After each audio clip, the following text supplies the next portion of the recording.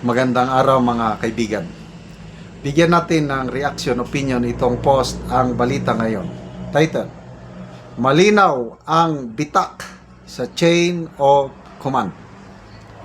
Ito ang reaksyon ng kilalang political strategist na si Professor Malo Tikia kaugnay ng naging hakbang ni AFP Colonel Audi Monggao na hayagang binawi ang personal na suporta nito sa Pangulo.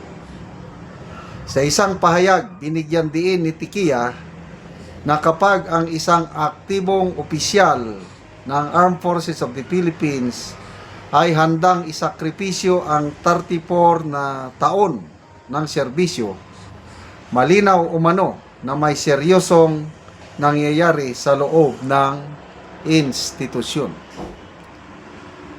Sabi ni Professor Malo, Colonel Audi Monggao, active AFP Army. When an active officer makes the supreme sacrifice of his 34 years of service, then the break in that chain of commands becomes palpable. Hindi man umano niya personal na kilala ang opisyal, inamin ni Tikia ang bigat ng ginawa nito.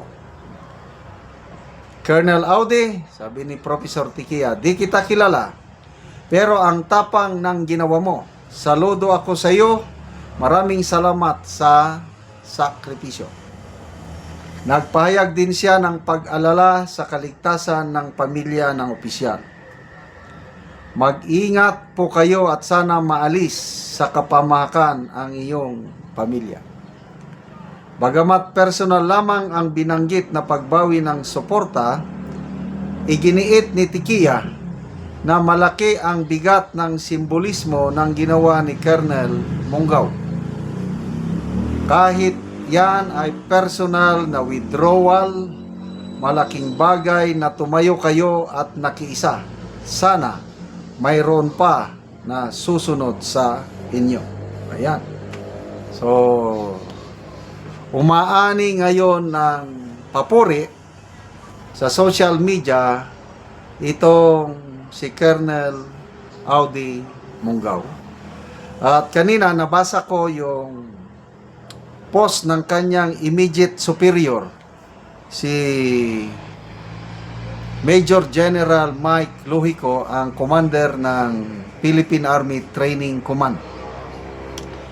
Nilinaw ni General Lohico na kagabi na-relieve sa kanyang command itong si Colonel Monggao. Siya po ang dating commander ng Training Support Group sa training command ng Philippine Army. So, baka dinibdib ni Colonel Monggao ang kanyang biglang pagka-relieve. So, sa ngayon pala, officially on break status, kanang tawag namin diyan, New Year's break. Pagdating ng holiday season, tatlong break ang mga sundalo.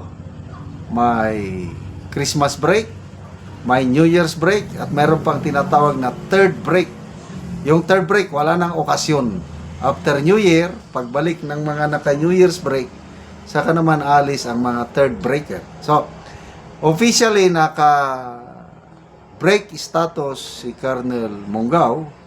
Basta siguro, kagabi nalaman niya na nirelieve siya sa kanyang posisyon as commander ng training support group sa Philippine Army Training Command.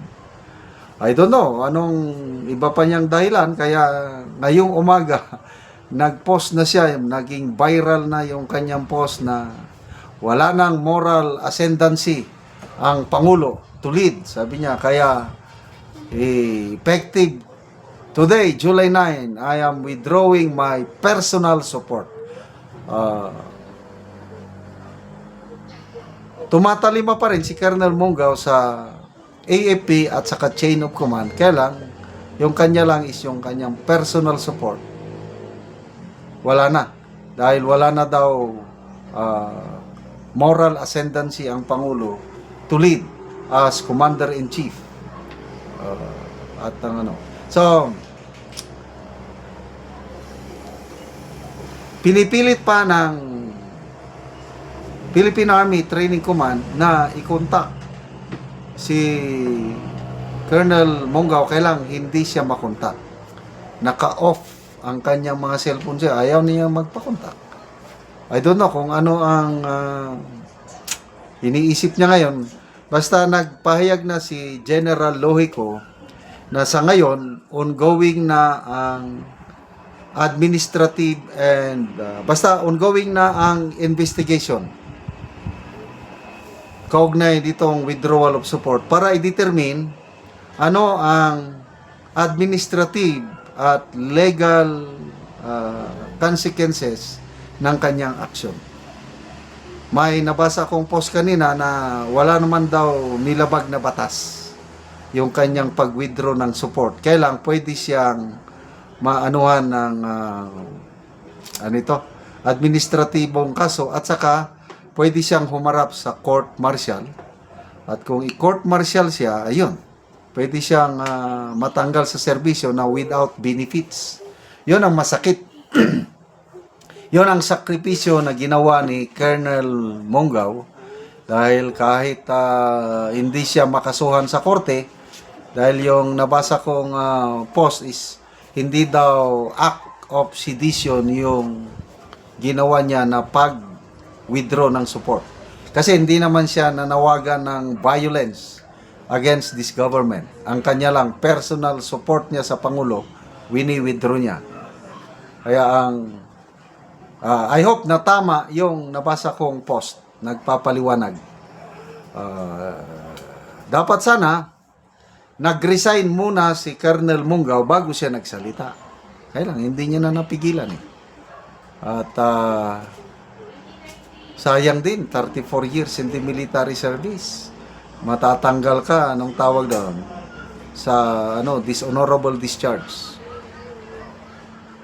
So kung dishonorable discharge ka sa armed forces, ay wala ka talagang matatanggap na benepisyo. Yan ang sakripisyo na nagbabadya kay Colonel Mongao. Salamat mga kaibigan sa inyong pagsubaybay sa ating channel. Nakakatulong kayo ng malaki sa tribong Talandig ng Bukidnon dahil ang sweldo natin sa channel na ito is pantulong po sa tribo. Na mimigay tayo ng libreng yero at pako para makapagpatayo sila ng mas maayos na tahanan. Panoorin niyo ang video na ito. Kulang na tagaan og yero. Tagaan daw siya og ginabang. So gibutang lang niya ang yero, wala niya nasandig tungod kay ang iyang balay kuha naman gyud nagtakinding na. Aksyon na gyud siya og tumba. So muni ang ilang gipuy-an sa iyang mga anak. So pito sila ani nga nagluon. So muna ni ang itsura sa ilang balay. Nga kawayan lang in taon ang atop. So mga lata na gid kaayo ang atop nila. Makita nato nga kuha na gid kaayo ang ilang gipuy-an nga payag. So mga sako lang ang dingding. Muna ni ang palibot sa ilang balay. Makita gid nato ang balay nga luoy na gid kaayo ang ilang pagpuyo. So muna ni ang pagpuyo ilang angkol. So ang ilang mga atop po, mga gabok na gid kayo ang kawayan na ilang atop. So muna ni ang ilang pagpuyo. Mga kaldero nila, ilang dingding nga mga sako.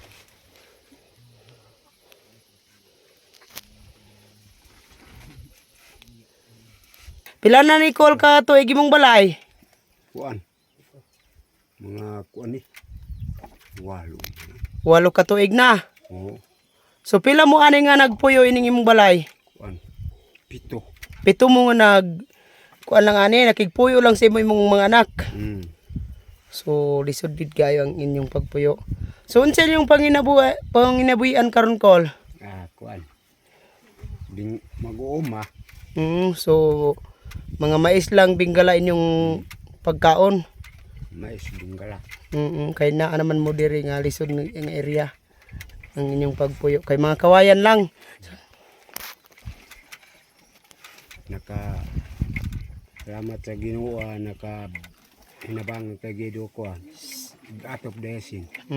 Nagpasalamat si Uncle sa Ginoo sa nagatag daw sa hirong makatop na sila. Sige, Col, salamat.